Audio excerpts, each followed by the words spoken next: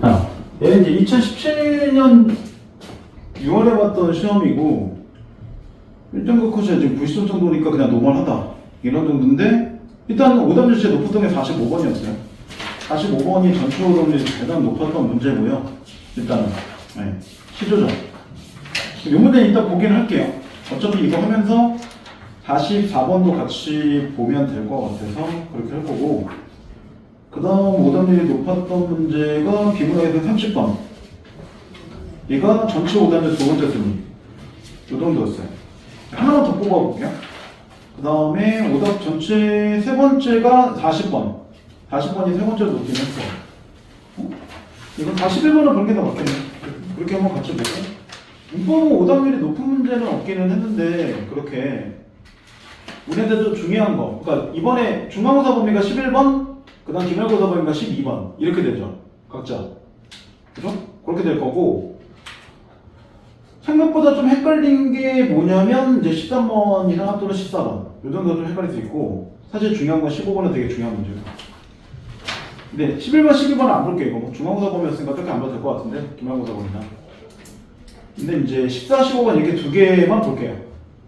일단 중요한 문제니까 13, 14, 15 이렇게 세 개를 보겠습니다. 그러고 나서 조금 질문을 받던지 할게요. 자, 13번을 보면 돼요. 13번은 지금 우리가 생각해 볼 게 13번에서 이렇게 어리다 1이 있잖아요. 그리고 여기서 어리다 2가 있잖아요. 이 둘은 무슨 관계야? 다섯 글자잖아. 그렇죠. 동음이어 관계죠. 재현님, 동음이어 뜻은 알죠? 근데 왜 그래? 몰라? 아니 아는데 그게 안 났어. 음은 같은데 뜻이 다른 거. 서로 품사도 다르고 뜻도 다르잖아요. 근데 여기 안에 이렇게 기역과 니은이 있죠. 그 다음 어리다 이에도 기역과 니은이 있죠. 그럼 기역과 니은 이렇게 둘러가는 걸 뭐라고 할까요? 다이. 이런 걸 다이어라고 하죠. 얘도 다이어고 얘도 다이어죠. 다이어의 이 기역을 뭐라고 해? 중심의미, 얘를 주변의미라고 얘기하죠. 이거를 1또는 이러고 나오시면 이거 기역을 바꾸는 것 뿐이에요. 그럼 우리가 알 수 있는 건 뭐냐면 다이어끼리는 어리다 1안에 움직이는 거니까 의미끼리 연관이 생기죠. 근데 동음이어는 서로 의미상의 연관이 없죠. 이게 차이점이에요. 그러면 이제 1번 확인 안 해도 되죠? 모두 다이어가 맞죠? 둘 다 중심과 주변 둘 다 있으니까. 그러면 둘 중에 하나가 기억밖에 없어. 그럼 다이어가 아닌 거죠. 그 다음 2번 어리다이는 목적어가 필요한 동사이다 라고 했는데, 자, 목적어는 반드시 조사가 뭐가 나와야 돼요? 을이나 늘이 나와야 되죠. 근데 어리다이를 보면 애밖에 안 나오는데 애는 목적격 조사가 아니잖아요. 그러니까 정답이 2번이죠. 얘는 무슨 조사야? 부사격 조사예요. 그러니까 정답이 2번. 세 번째도 확인 안 해도 되는 이제. 그 다음 이제 4, 5번만 볼게요. 4번. 어리다 1의 니은에 해당되는 또 다른 용례로 이가의 미소를 어리다. 그럼 니은에 보면 어떤 현상, 기운, 추억 등이 되거나 은근히 들어간다. 이가의 미소가 어리다. 이거 그런 현상이 보이는 거죠. 그러니까 얘 맞는 예예요. 그 다음 5번. 어리다 2의 니은에 들어갈 예로 저의 어린 소견을 경청해 주셔서 고맙습니다 같은 문장을 들 수 있다.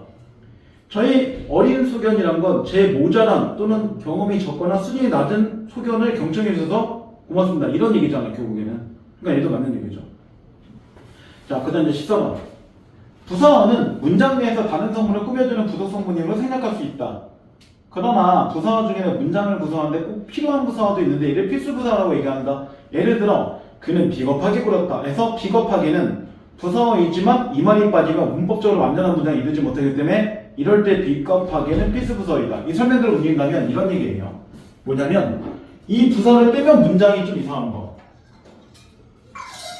그게 필수 부사어. 그러면 실제로 뭐 하는 거야? 빼봐서 문장이 이상한지 안 이상한지만 판단하면 되네요. 이번에 나는 철수에게 선물을 주었다. 근데 철수에게 빼버리면 문제가 있는 게 도대체 누구한테 선물 주는지 알 수가 없죠. 문장이 좀 어색해져요. 근데 나머지는 매우나 마침내나 예쁘게나 우애를 뺀다고 해서 문장이 이상하지 않죠. 그러니까 정답 2번. 이 문제 다 맞췄으니까 그냥 쉽게 봐도 되고. 자, 그 다음 이제 15번. 단어 형성법에 대해 탐구한 내용을 적절하지 않은 것은 보기. 단어에서 실질적 의미를 나타내는 부분은 중심 부분을 어근이라고 하고 그 어근에부터 그 뜻을 더하는 부분을 접선하고 얘기한다. 단어는 형성 방법에 따라 단일어와 파생어, 합성어로 나누어지는데 단일어는 바다, 놀다와 같이 하나의 어근으로 이루어진 말이고 파생어는 군살이나 멋쟁이처럼 어근과 접사의 결합으로 이루어진 말이다. 합성어는 어근과 어근이 결합한 말로 달빛이나 띠놀다 같은 말이 이에 해당한다. 이 설명대로 움직인다면 우리나라 단어에는 단일어가 있고 이 단일어의 종류를 지금 뭐라고 한다? 바다나 놀다 같은 경우를 단일어로 얘기한다. 어근이 하나밖에 없으니까. 근데 이거 말고 또 뭐가 있다?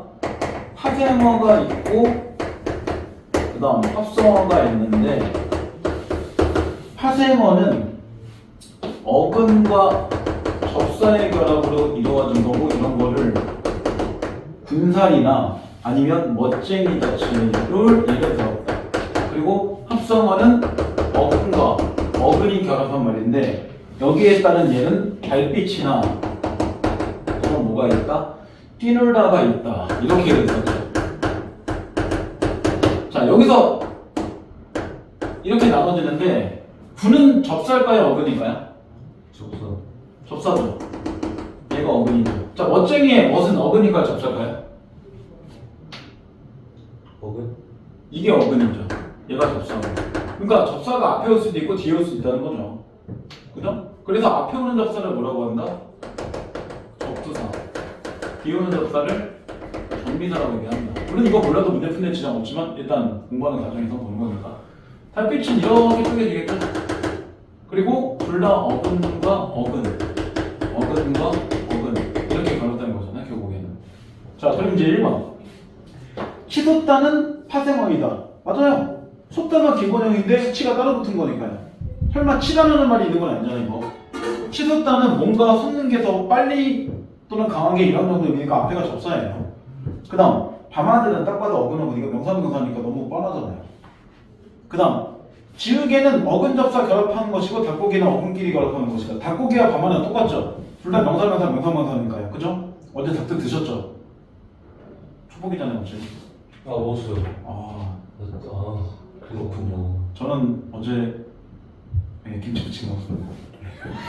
네, 김치부침에 제가 열심히 해서 피땀 흘려서 먹고 한번 닭을 먹어볼까 초복이니까 해서 밤 12시에 시켰는데 세 군데서 네, 배달 거부당해서 결국은 짜증나서 그냥 김치찌개 끓여 먹었어요. 다시. 아니 모르겠어. 무슨 다 배달 거부됐어. 세 군데나.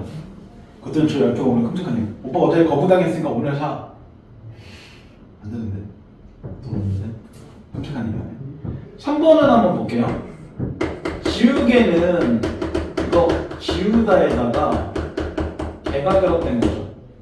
그럼 얘가 뭐예요? 어근이고 접사자. 파생어가 맞아요. 그러면. 근데 이거 쓴 이유가 있어요. 자, 이거 지우다 품사 뭐죠? 동사. 지우개는 명사. 그러면 전미사 붙으면서 뭐 했어요? 품사가 바뀌었죠. 그러니까 전미사는 품사를 바꿀 수 있어요. 근데 분살 같은 경우는 이거 명사 어차피 명사니까 품사 못 바꾸죠. 그게 전미사 접두사의 차이예요. 바꿀 수도 있다. 그 다음 네 번째. 나무꾼과 건불단은 둘 다 합성어이다 라고 했는데 답원해 볼 때 나무꾼 잡새와 나무꾼과 그 다음에 건불단인데 이거 어떻게 나눠야 돼? 나무꾼은 나무에다가 꾼을 나누겠죠. 건불단은 건단에다가 불단 나누겠죠. 이거 둘 다 형용사니까 둘 다 어근과 어근이 있는 게 맞잖아요. 그러니까 얘는 합성어예요. 근데 꾼은 따로 뜻이 없죠. 혼자는. 그러니까 얘는 어근이 있지만 얘는 접사예요. 그럼 얘는 파생어죠. 그래 정답이 4번. 지금 접사인지 어떻게 하는 거예요? 그러니까 공부하는 거잖아요. 지금 꾼은 접사라고 기억하라고 하는 거예요. 그리고 또 하나는 뭐냐면 생각해봐. 지금 검다불단은 따로 이렇게도 뜻이 있죠. 각자. 근데 아무것도 없는 상태에서 그냥 꾼만 있다고 해봐. 이거 뜻 있어요? 없죠. 그러니까 접사가 그런 거예요. 그러니까 합칠 때야 의미가 생기겠지만 아까 치솟다가 마찬가지나요? 치솟다도 만약에 쏟다가 없는 상태에서 그냥 치만 있다고 생각해요. 이게 도대체 뭘 의미하는 거야? 그러니까 이게 접사한 거예요. 근데 접사 자체는 결국은 파생어가 되면서 의미를 뭔가 제한하거나 강조하는 건데 얘를 실질 형태로 못 보는 건 혼자 있을 때는 의미를 구현하지 못하기 때문에. 그러니까 이런 거 하면서 꿈도 접사구나라고 선행하는 거죠 지금. 그래서 정답 4번. 그 다음 개살구와 부채질은 둘 다 파생어이다라는데 이것도 써볼게요. 개살구는 개하고 살구가 결합된 말이에요. 그 다음 뒤에 보면 부채질은 당연히 부채와 집이었다는 거죠. 여기서 살구가 어근이죠. 그 다음에 여기도 부채가 어근이죠. 개는 멍멍개가 아니잖아요. 여기서. 그러니까 얘가 접사죠. 얘는 혼자 질, 이게 무슨 의미인지 알 수 없죠. 질 이것도 아니고 이건 접사죠. 그러니까 각자 파생어인데 접사가 이건 앞에 붙은 거고 이건 뒤에 붙은 거고. 자, 부채는 뜻 알 거니까 개살구는 무슨 뜻이에요? 살구 중에 개살구. 많이는 나오는데 뜻은 아나요 혹시? 그러니까 단어 공부하라는 얘기 하는 거예요. 그죠? 개살구라고 읽는 게 중요한 게 아닌 거니까. 개살구가 뭐냐면 약간 익지 않은 살구. 그러니까 여기서 개는 약간 좀 덜 익었다는 의미를 갖고 있는 거예요. 이해됐죠? 또 졸려. 자, 그래서 이렇게 읽고 15번은 어쨌든 중요한 문제긴 합니다.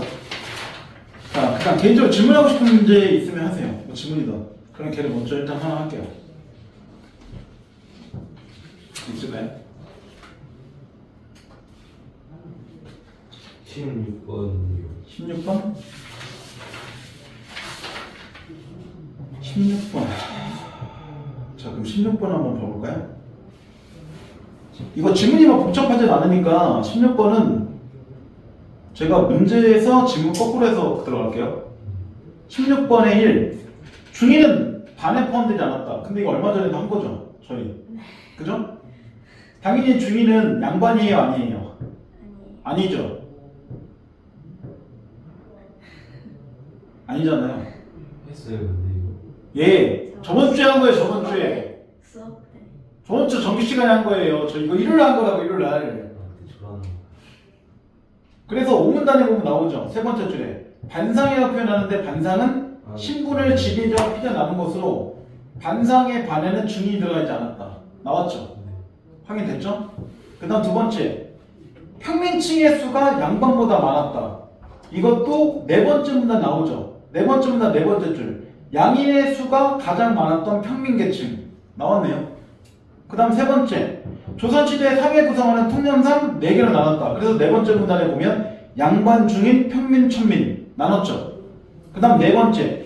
주주제의 혁명화 발전은 양천제에서 양반제의 변화와 관련이 있다. 그래서 맨 마지막 문단. 이처럼 국가 차원의 법적 규범인 양천제와 당시 실제 계급 관계를 반영한 사회 통념상 부분인 반상제가 섞여 중세의 신분구조를 이루었는데 중세사회가 발전하면서 신분구조는 양천제에서 법적 틀에서 차츰 사회 통념상의 신분규범이 규정 요소로 확고히 자리 잡는 방향으로 변화했다.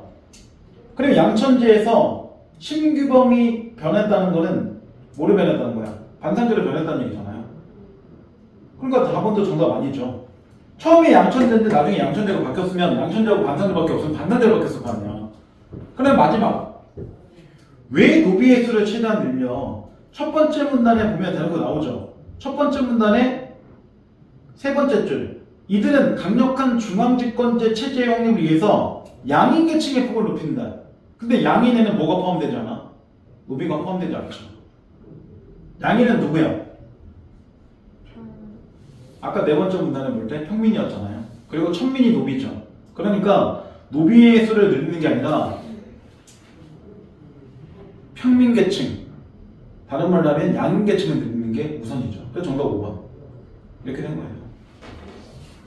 자, 혹시 또 질문하고 싶은 거 있을까요?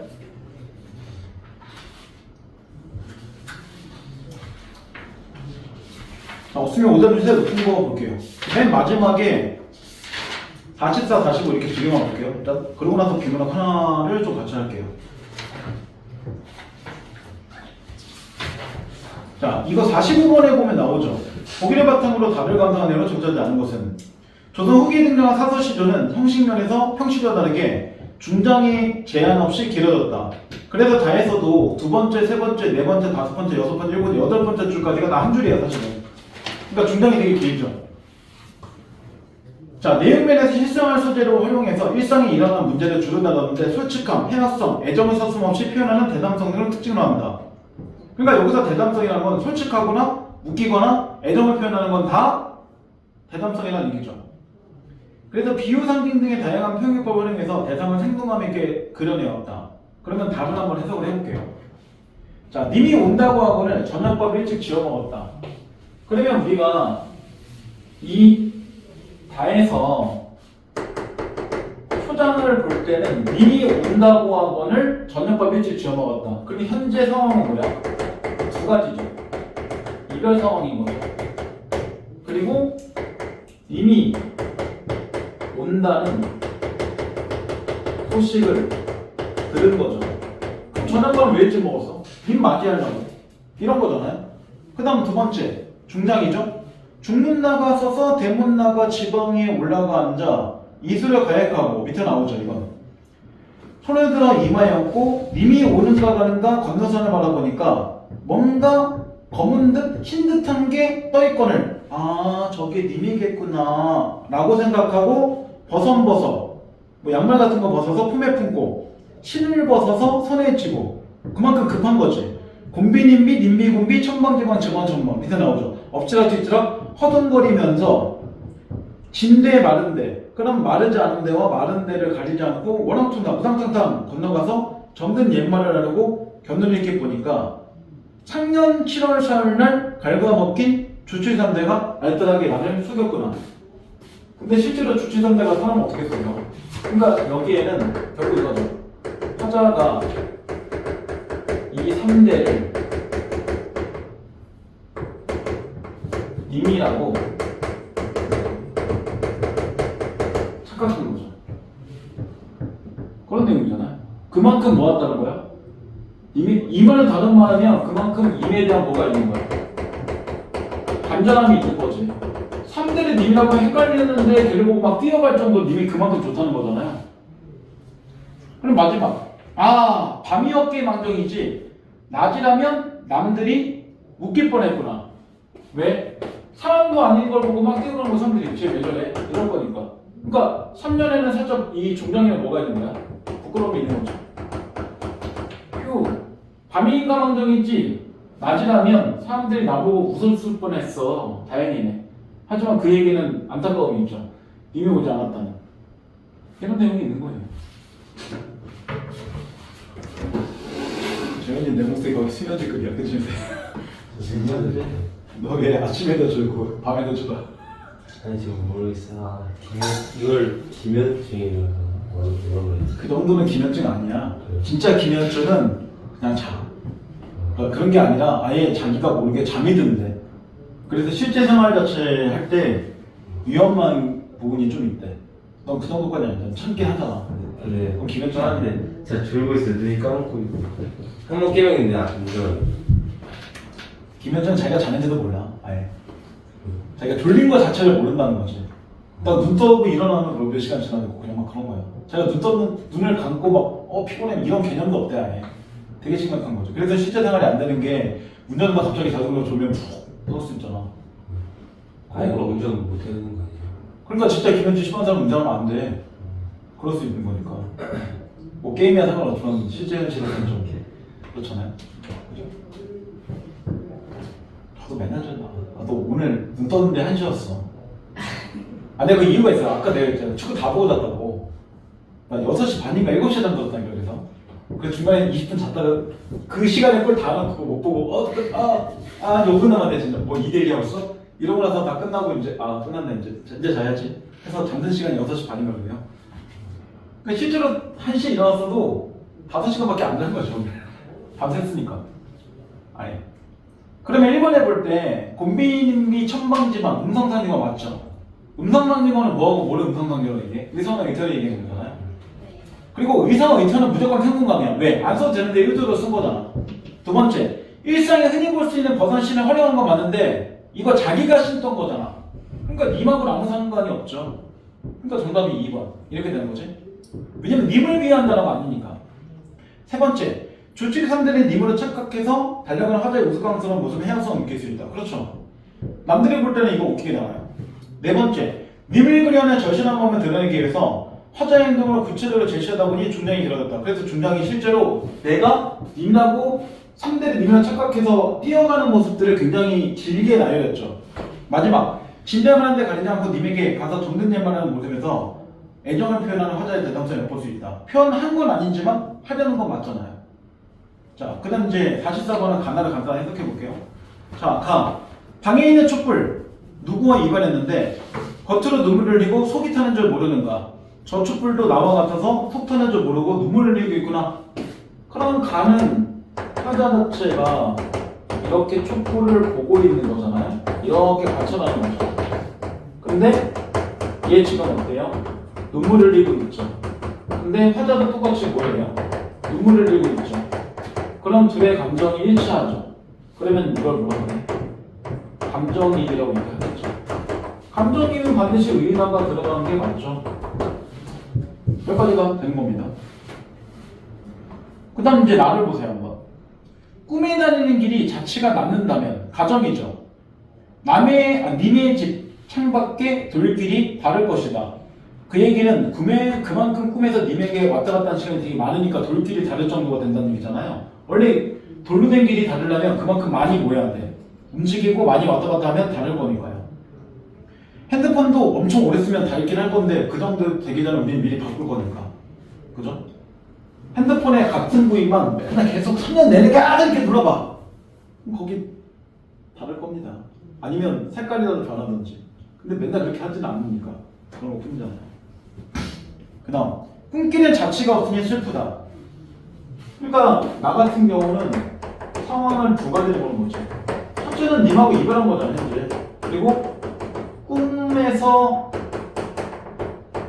님의 집을 방문하는 거, 왔다 갔다 하는 것을 가정하고 있는 거죠.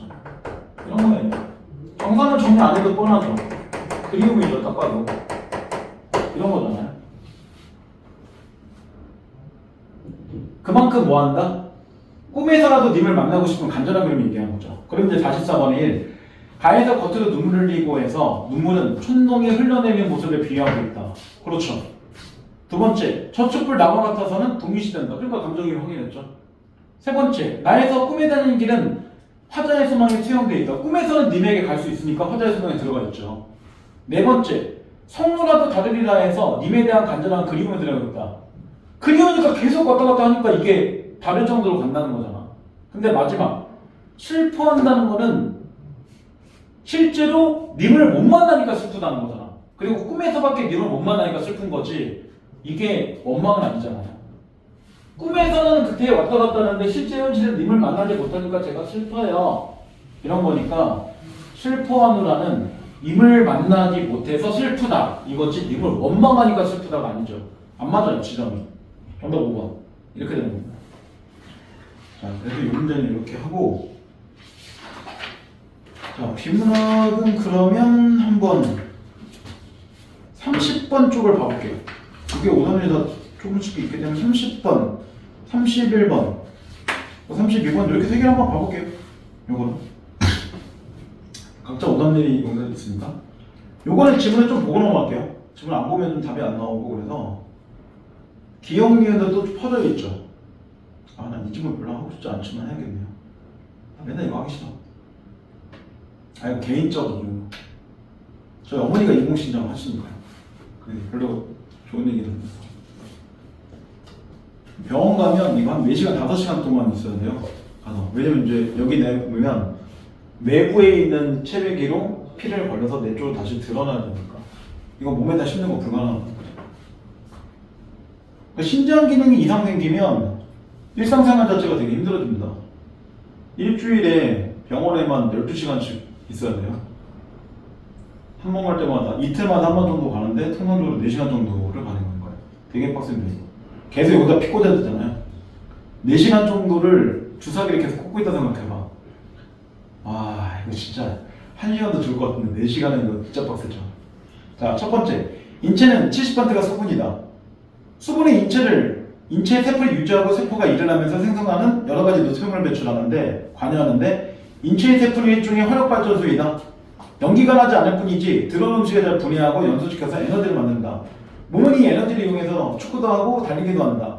이때 여러 가지 노폐물이 발생하는데 이 노폐물을 인체 밖으로 내보내야 되는데 그래야 몸이 늘 일정 상태, 즉 항상성 유지한다. 그래서 노폐물을 몸 밖으로 내보내는 걸 심장이 한다. 그럼 이런 얘기네. 1분 단어 볼 때 심장의 역할만 얘기 나오죠.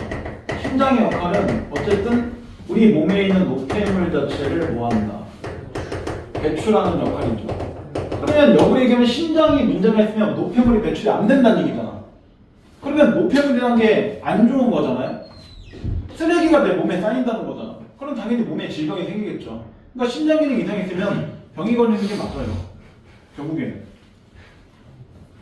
물론 안 먹으면 노폐물도 발생하지 않겠죠. 근데 안 먹으면 에너지를 어떻게 써? 그냥 죽죠. 그런 것 정도까지를 기억하는 겁니다. 두 번째, 심장의 역할은 노폐물을 걸러내어 오줌을 내보내는 것이다. 그러니까 이 노폐물 배출을 뭐로 한다는 거야? 오줌으로 배출하는 거잖아요. 그죠? 그러니까 심장에 문제가 있으면 오줌을 제대로 못 산다는 얘기예요. 자, 이 일이 진행되는 곳이 네프론이라는 장치인데 심장 하나에 100만 개 정도가 있다. 진짜 많다. 우리 몸에 진짜 어떻게 뭐 설명이 안 되죠. 네프론은 사구체, 공원주머니, 세뇨관에 이루어지는데 이곳에서 노폐물이 여과되고 필요한 영양분, 포도당, 수분 등이 재흡수되기도 한다. 포도당은 100% 재흡수되는데 그럼 포도당이 100% 재흡수된다는 건 포도당은 노폐물인 거야 아닌 거야? 아닌 거죠. 노폐물은 배출하는데 얘가 흡수된다는 건 얘는 노폐물이 아니라는 얘기잖아요. 당이 재흡수되지 않고 소변에 섞여 나오면 당뇨병을 의심할 수 있다. 그러니까 당뇨병이라는 건 신장 기능에 문제가 있으면 당뇨병이 생긴다는 얘기예요. 이 몸 안의 수분량에 따라서 수분을 재흡수한 양이 결정되기 때문에 몸 안에 수분이 적으면 배출하는 수분의 양을 줄인다. 이 때문에 소변이 노랗게 되는데 이것은 몸의 수분이 적다는 신호이다. 저는 두 번째 문단을 볼 때 이런 얘기가 나오네요. 그죠? 만약에 소변 자체가 노랗다. 이런 거니까 수분 자체가 몸에서 적어. 그러면 오줌 자체 색깔이 노랗다.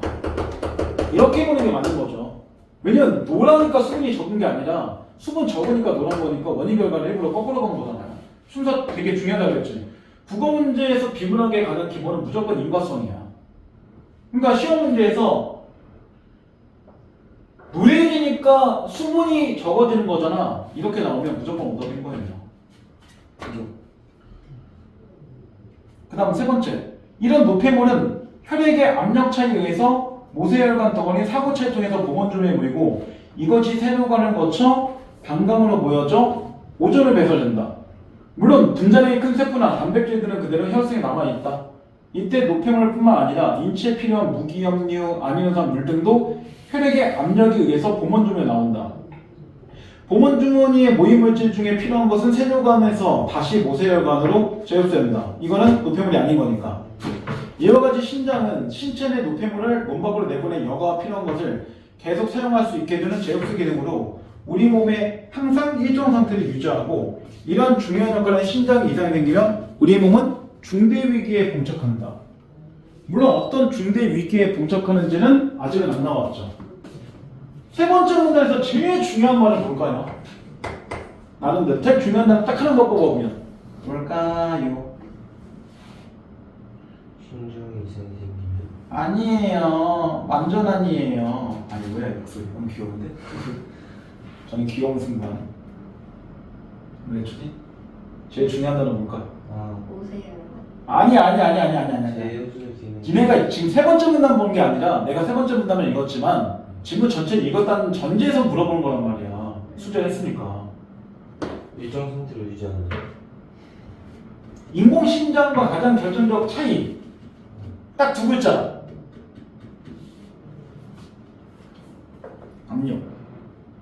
압력이야. 왜냐면 인공심장은 압력을 이용하는 게 아니니까. 이따 뒤에서 한 번 더 설명할게요.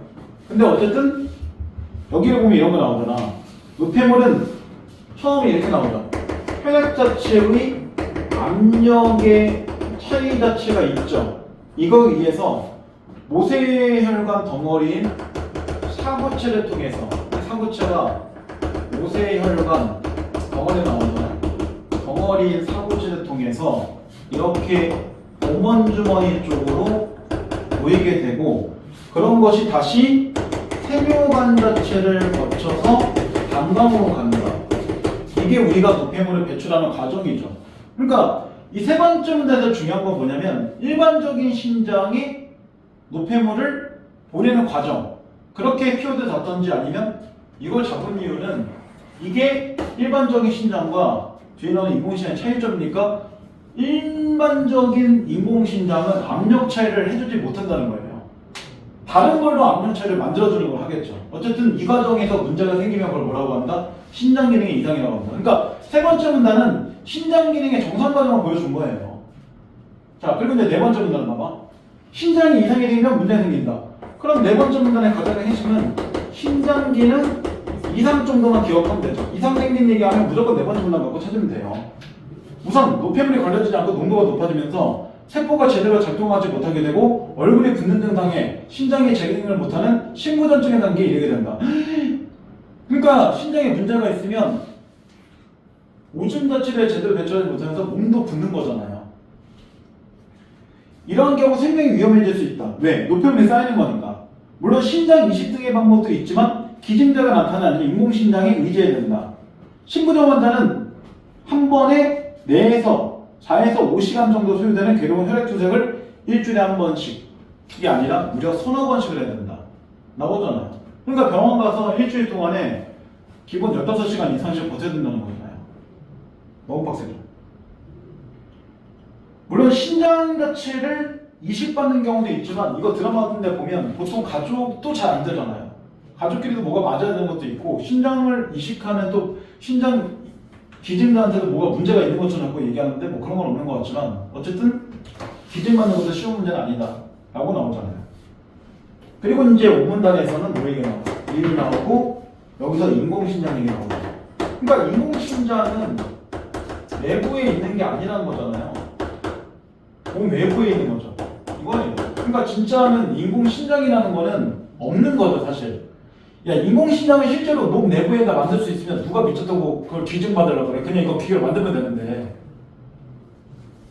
역시 인간의 과학력은 아직 안 돼요. 일단 것도. 그죠? 진짜로 인공적인 신장을 만들 수 있으면 수명은 훨씬 더 연장되겠죠. 그죠? 아직은 근데 안 됩니다. 자, 인공신장이라면 신장을 대신해서 몸 안에 장착해서 계속 쓸 수 있어야 되는데 여기서 말하는 인공신장이란 일종의 혈액투석기이다. 즉, 체외에서 노폐물의 여가 기능을 대신하는 것이다. 외부니까 이걸 다른 말로 뭐라고 한다? 체외라고 하는 거죠. 자, 그럼 마지막 6문단, 7문단은 그럼 다 인공신장과 연결되는 뭐 기능들이 있겠죠. 자, 6문단. 인공신장에서 노폐물인 요소 등을 제거해야 되는데 이 요소가 제거되는 근본 원리는 물질의 농도 차이다. 나왔죠? 6문단 자체는 인공신장과 뭘 이용한다? 그거는 농도차를 이용한다. 그래서 아까 압력이 중요하다는 게 그거예요. 차이가 생기죠. 얘는 압력을 할 수가 없으니까 농도차를 가지고 이 과정을 만들어 준다는 얘기예요.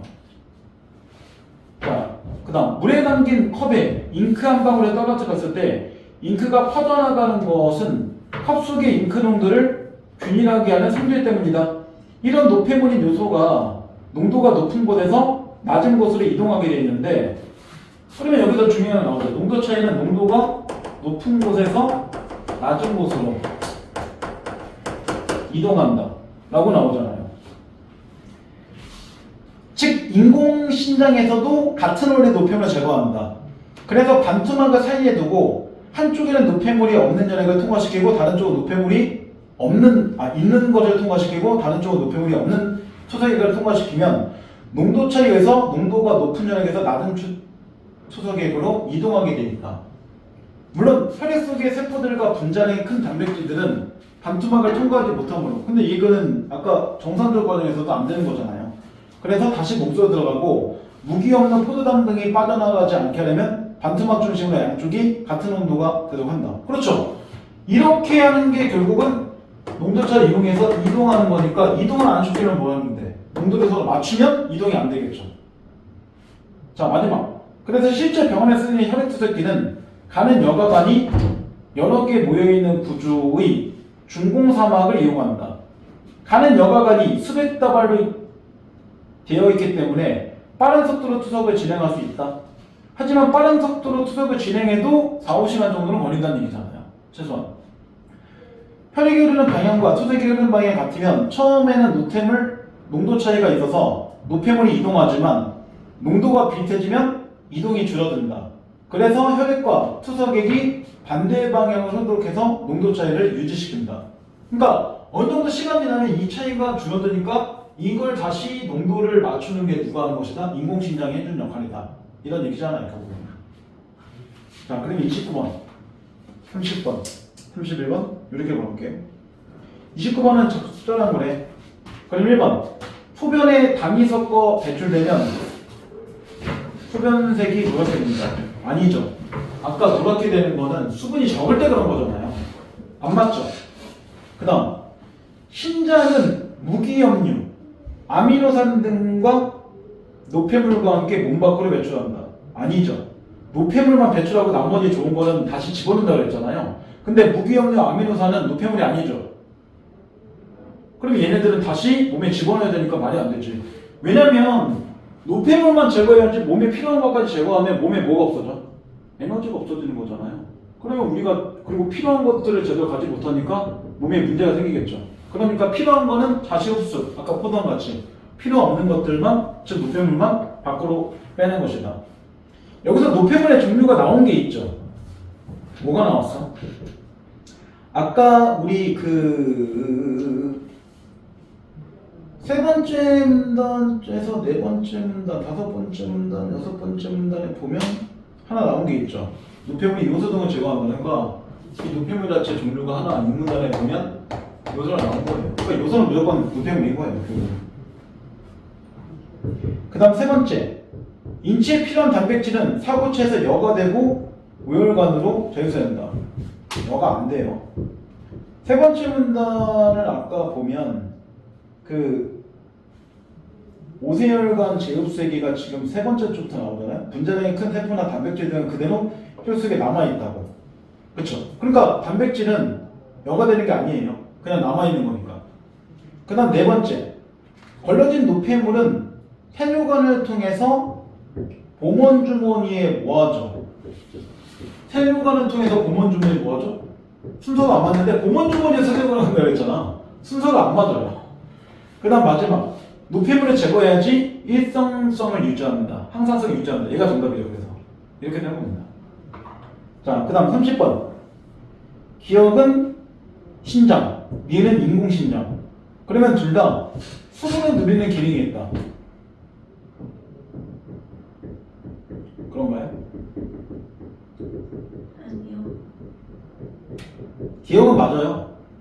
기억은 아까 나오잖아. 수분이 적어지면 노란 게 되는 거고 이게 몸에 문제가 있는 경우잖아. 반대편에 있는 것 때문에. 그러면 몸에 문제가 없으려면 수분을 유지해주는 게 맞죠. 신장의 수분 자체가 쓸데없이 빠져나오는 게 맞는 거니까. 그러니까 기억은 맞지만 니은은 아니죠. 반쪽짜리 영역이에요. 얘는 농도참에 이용하니까 얘가 어떻게 수분을 늘려줘요? 몸 안에 심을 수가 없는데. 그 다음 두 번째, 둘 다 여과한 물질을 다시 흡수한다. 기억은 그럴 수 있죠. 기억은 분명히 여과한 상태에서 필요한 걸 흡수했지만 니은은 그럴 수가 없죠. 그러니까 이것도 절반짜리 정답. 그 다음 세 번째, 둘 다 노폐물을 제거한다. 그렇죠. 얘는 농도차를 이용해서 노폐물을 제거하는 거고 얘는 압력차를 이용해서 노폐물을 제거하는 거니까요. 대신 노폐물을 제거하는 방법이 다른 것 뿐이죠. 정답 3번. 그 다음 네 번째, 기억은 농도차이고 니은은 압력차이다? 거꾸로 얘기했잖아요. 그래서 기억이 압력이고 니은이 농도라고 했었어야죠. 마지막, 기억은 기능이 이상이 생길 수 있는데 그러면 니은을 체내에 집어넣는다. 아니죠. 아까 분명히 체외에 있는 게 인공신장이 되겠으니까 이거 체내에다 어떻게 이식해요? 불가능합니다. 실제로 다른 기증자권을 받는 건 인공신장이 아니라 실제 신장을 받는 거잖아요. 신장 이식한 게 그 신장은 무조건 다 준 게 아닙니다. 그러면 나는 신장이 없는데 죽죠 이타는도. 신장의 일부만 떼어주는 거예요. 이 사람의 몸에 문제가 없는 정도까지만 해서 떼주고 나머지를 그 다음부터 이식하고 걔가 이제 좀 성장할 수 있게 몸이 잘 버텨주는 거죠. 자, 31번. 윗글을 바탕으로 혈액투석기를 이해한 내용으로 적절하지 않은 거야. 근데 지금 혈액투석기 얘기는 무조건 뭐라고 돼 있어? 인공신경 자체를 혈액투석기라고 얘기하는 거잖아, 지금 보면. 그럼 무조건 정답은 어디에 있는 거야? 4, 5, 6문단 쪽에만 정답이 있는 거죠, 처음부터. 그럼 1번. A와 C의 농도, 투석액과 투석액은 B보다 높다. 맞을까요? 맞아요. 같은 거 아니에요? 아, 같으면 이동이 안 될 텐데 분명히 농도가 높은 데서 낮은 쪽으로 이동하는 거라고 했잖아. 그죠? 그래서 아까 6문단을 다시 봐봐.